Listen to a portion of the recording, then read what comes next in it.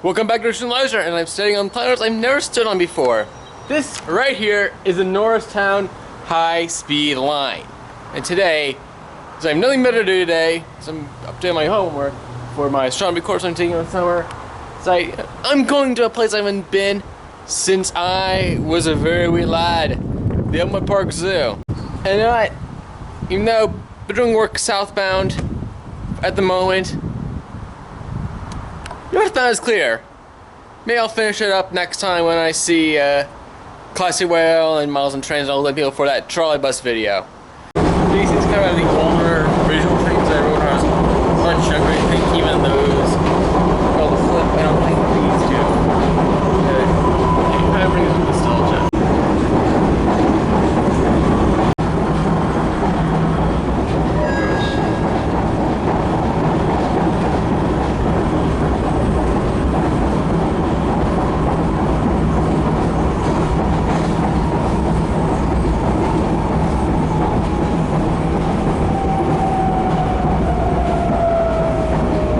That sign still shows through 100 designation. Just as I figured from maps that it's single track between Bridgeport and Norristown.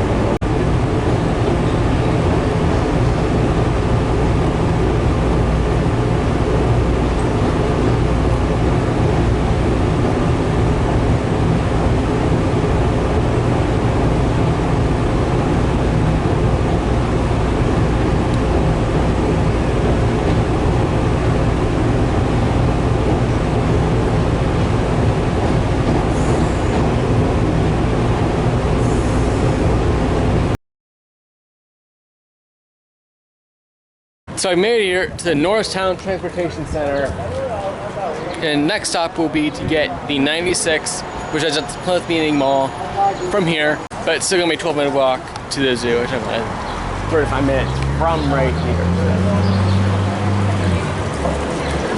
Like kind of over and a half. Sounds good to me. Two people got on at the train. So 96 that part of being on the opposite side of the doors from the high speed line. Getting off and getting it around, and then 12-minute walk over to the zoo. That's actually pretty clear for dogs. It seems like that's clear in reality. So I ended up getting off a stoplight, and only the one person has gone off. So far at this point, I think 4 or 6 other people have gotten on since Norristown. Yeah, 12-15 minutes to Zoo's front gate. I think I've done SEPTA only once before for the buses, and that was during the Aspire program I did in 2017. And that was out at Westchester University, so we used one of the Westchester bus lines. Cast for like the buses like that. Pulled it a little too late, and I'm getting up the stuff after. But yeah, if that one had a better intersection, like a straight through, probably about the same amount of time. Stop further and it'd be a bit less of a walk. And unfortunately, this is where the sidewalk ends. So Elmwood Park is a place I've been to since I was like very little, maybe first grade. That's the last time I was here, and then I think in second or third grade I went to Philadelphia or something. I think that's how it was. Yeah, I went a lot when I was a lot smaller. It's at least like 15, 18 years since I've been here. So I've just arrived at the Park Zoo. There was a slight, it's like, seeing that like, sugar or anything, but it's like I showed the thing that popped up in my email and went linked to ticketing, and they were all worked out. So first, I need something to drink, so there's a nice restaurant place right there. It's kind of interesting, and so I gotta say that they're working on a master plan, and that master plan will work on redoing the South Gate, a new banquet space. I think good things like maybe some new animals coming in, but specific animals is kind of TBD. First up, we come to the red pandas sleeping up there. I know they're like by the dark creatures at Faunia. We've got 2 plush red pandas at home from there. Oh, he's waking up. Where's she? We have a saki monkey. I don't think I've ever heard of that species before. Like white hair. Kind of makes. I'm trying to think what they make me of a Mara. I think it looks like bunnies. I think I might have seen them at the zoo in Casa de Campo. Right across from the barn, look at the bighorn sheep that's come out, and two sheep are out. Interiors is their 100th anniversary, so kind of extension all the whole big master plan and all that. Looks like the golden eagles are sharing space with some bald eagles, and the screechery associated with bald eagles is actually from the golden eagles. Oh, and it's not. It says something moving. Wait, Hello, Mr. Eagle. what is that thing? I think he seems to be a little hot, This. but he's fine. Come on, man. They do have a carousel here, and that's like $4. I think it's driving costs the same and free. If you remember, it's the same for both. Remember off the top of my head. And right after this little kid's area down here is where the American alligator lives. Pretty decent indoor space. Out here it looks like his main storage pad. Decent outdoor space as well.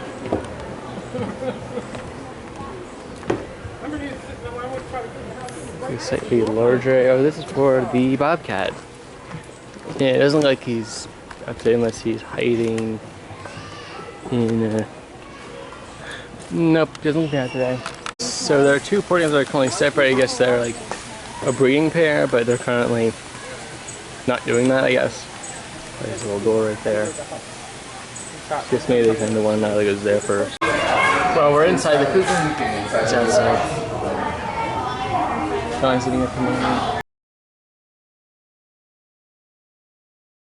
Apparently jaguar have been found in this park. Our little drag is hiding right there. Nope, that nest looks cool by the way. So I believe Trill the Jaguar is the newest of the exhibit areas at the zoo. The color did feel a little tired, in my opinion. Everything else feels pretty fine. I do think so myself, and things to go right here, and also for the next phase of the master plan. I think someone dropped a huge donation, and a few other people dropped as well. So hey, they're actually like 78% toward their goal of the next master plan. Right on command, as usual. So I've kind of want to go to the Legoland Discovery Center in the Plymouth Meeting Mall some time, but you can only go with a kid. So the again is like, I don't really see them doing adult events. Might have to actually look into it, but the only way I'd be doing is if I actually work there, unfortunately.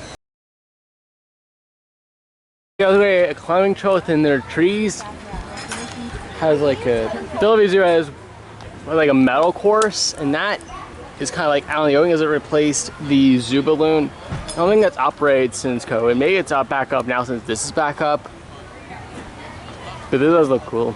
Meanwhile, we come back to trains here with a Union Pacific caboose. I know it's always been here. Not sure if it's been somewhere else or this feel weird and been something I'm not quite as familiar with the route, but track there, WT 5500, Union Pacific 25719. You have the Bison Express sponsored by Xfinity, so that's the Bison apps, I believe that's right there. And even in the caboose, you can still see two bison out there. Maybe they're out there hiding, I don't know. Maybe it's the baby over there. Me actually, I'm over 6 foot. Yeah, that's just a log, or like a, it looks like an orange pit item. So this corner over here will be soon home to tigers. Looks pretty barren at the moment, so. But what they did with the Jags, I hope to be impressed with what they do. So the Prairie Dog is currently empty and just full of, there's the Prairie Dog right there. There's traps out there. So basically once they're used to them, they will be able to be trapped safely for medical reasons, you know, physicals and stuff like that. The other one that I remember fondly from childhood, I don't remember, but this is from 2000. This was added. Only one right there at the moment, but maybe they're all hiding underground where it's a bit cooler. Some fun facts right there, and there's a question. How many prairie dogs were in the biggest prairie dog town? 400 million. At least the prairie dogs provide public housing for other animals, which is cool.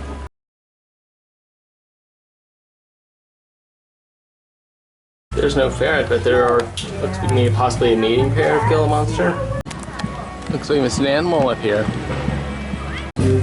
So 5 times as many people are injured by bison at Yellowstone than by bears, so yeah. Not good, not good. Yeah, still just 2 bison right there.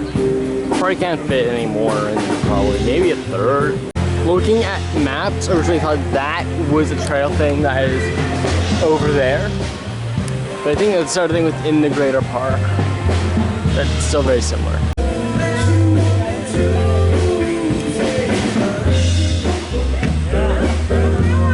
Yeah, it is part of the trail. I don't know. Pushing car riding is pretty cool. That was one of the lessons that the kindergarten saw the earlier on. That was his last contribution that he saw before he passed. But my friend Declan, he did that for his Eagle project, and that was out in Phoenixville. Maybe that, yeah, around there. Maybe a bit further off.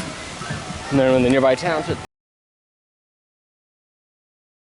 So I initially wasn't sure if that was like an upcharging or it's just a low capacity thing. Like even like not on COVID right now, that is still a lot of, still isn't a very huge space for like 34 species in there.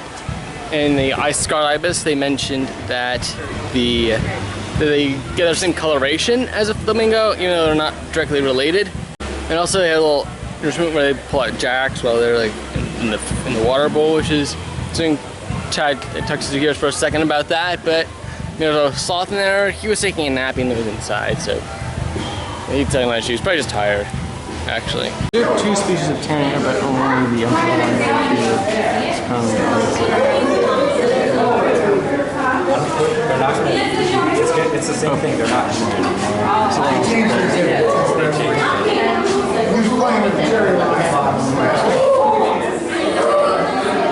cherry line. Everybody's gonna get credit for that one. I'm going, and the bogus are sticking on a box. Again, that's sort of the control system. Nothing small to medium. But it's still a very tall space. There's actually one area that I missed right here, where the stalking monkey is. He's outside, but like it's like half or a bit more, about half more or less of the enclosure there are empty. Which is interesting. Maybe those animals are in quarantine or they're just running overhauling their exhibits. I thought it was part of the right pen, but no, it's separate pens. Some to the Munjack.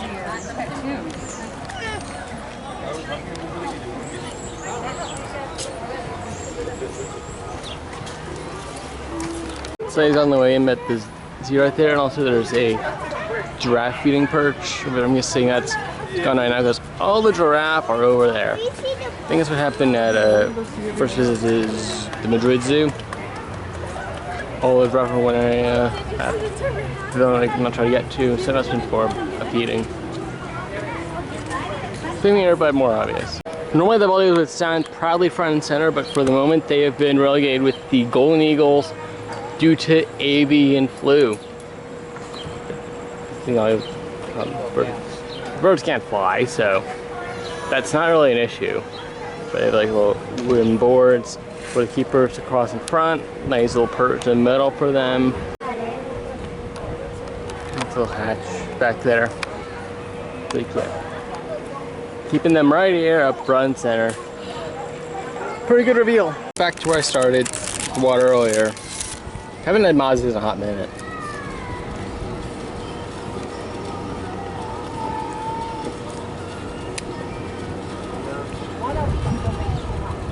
Just as good as you expect.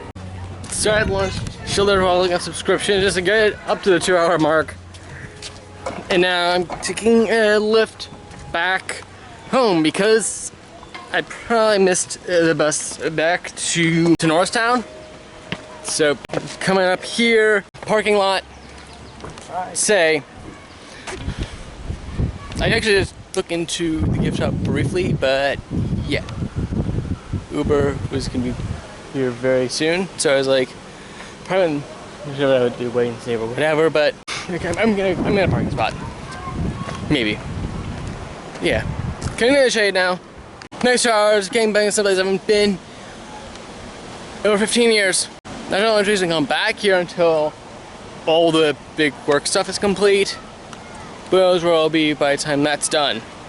I already feel like it's clearly filtering out now, and there's still about 90 minutes left in the day. So, yeah. Till next time, comment, subscribe, strike the bell. Good night, and good luck.